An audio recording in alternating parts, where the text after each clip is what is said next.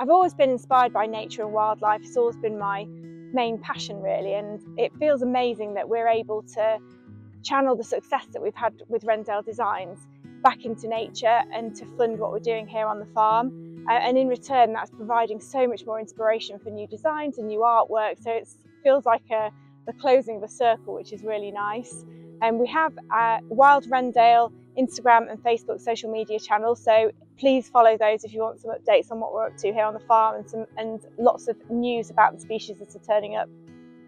So the land here is heavy grade 3 clay, which means it's really unproductive and very difficult to farm.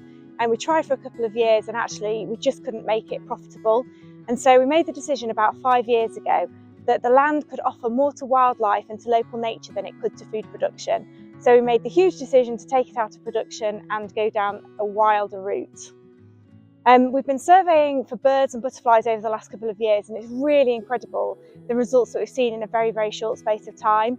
So we think there are around double the number of bird species now breeding on the farm compared to when it was being farmed conventionally. And we've seen a huge proliferation in the different diversity and abundance of different insects as well. So last summer we did a butterfly survey and we recorded 23 different species of butterfly on the farm. And we think it's now one of the best sites in the county for grassland butterflies. And that compared to about 14 species of butterfly that were surveyed before we started doing this on the farm. So really, really exciting results very quickly. In December last year, we introduced the first pair of beavers to Lincolnshire for 400 years to a 70-acre enclosure on the site.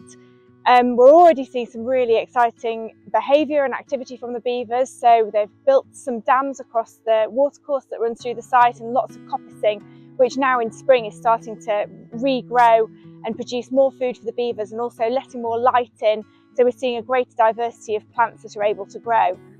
Beavers are ecosystem engineers. They're one of the only creatures that are able to engineer their environment, and the habitats that they produce as a result of that activity produces a home for many, many different species of insect, bird, mammals, amphibian, reptile. So we're expecting to see a huge boost in biodiversity on the farm as a result of having the beavers here.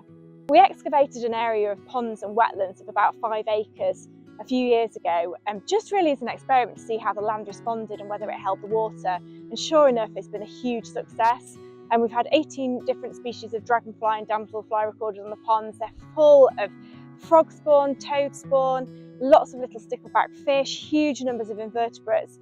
And we actually put some branches at the side of the ponds, and within a couple of days there were kingfishers using those as perches to catch the fish that are now in the pond. So all of that's kind of appeared on its own. It was really incredible to see that change, and I definitely would like to do more of that across the farm as time progresses.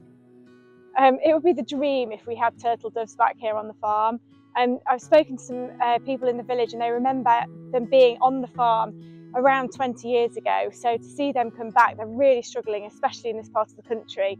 And the type of habitat that they love, this kind of scrubby, open pasture, is brilliant for them. So hopefully one day we'll see turtle doves back here on the farm.